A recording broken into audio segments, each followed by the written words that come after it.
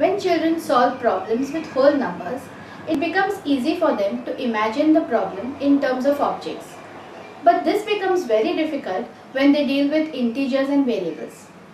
Algebra tiles is a learning aid that solves this problem. When children work with algebra tiles, they have some concrete objects that represent integers and variables. So it is easy for them to imagine and visualize the problem and solve it. In this video, I'll explain how to use algebra tiles to teach integers and algebra. The first lesson is to model integers using algebra tiles. Let me introduce the different tiles in the algebra tile set. The small yellow square stands for +1. When you flip it, the red side stands for -1. The rectangle stands for x. So the yellow rectangle stands for +x, and when you flip it, the red side stands for -x. The big square is x square when it is shown on the yellow side, that is +x square, and when you flip it, it is -x square. These algebra tiles should be used in the first lesson just to model different integers and algebraic expressions. Let me give you some examples. If I want to model 5, how will I show it using algebra tiles? I'll take 5 yellow squares. This stands for 5. If I want to show -3, how will that be done? I'll take 3 small squares and put them red side up. This stands for -3. After this, we come to a very important concept, which is the concept of a zero pair. Let me explain to you what it means. So suppose I were to tell me the value of the number that I have put on the table.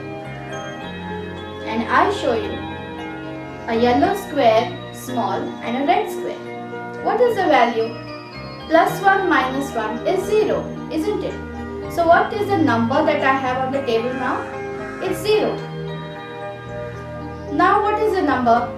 We have 2 yellows and 2 reds, but the value is still 0. This pair, a yellow and a red, form what is called as a zero pair. We can even make it with rectangles.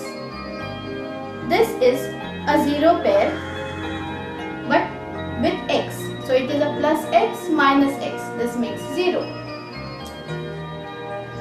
+x square minus x square make a 0.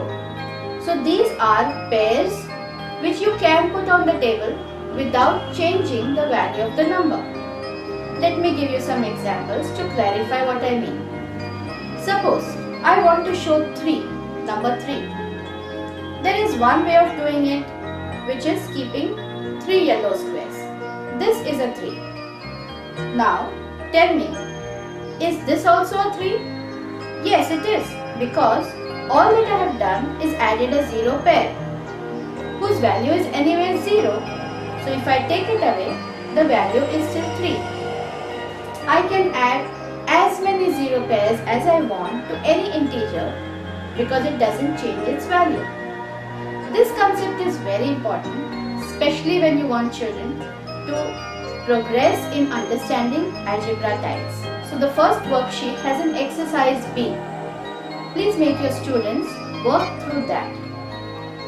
Let me solve a few sums from this worksheet. Let us take question number 2. In this exercise, you can see that to show the number +7, they have used 9 squares.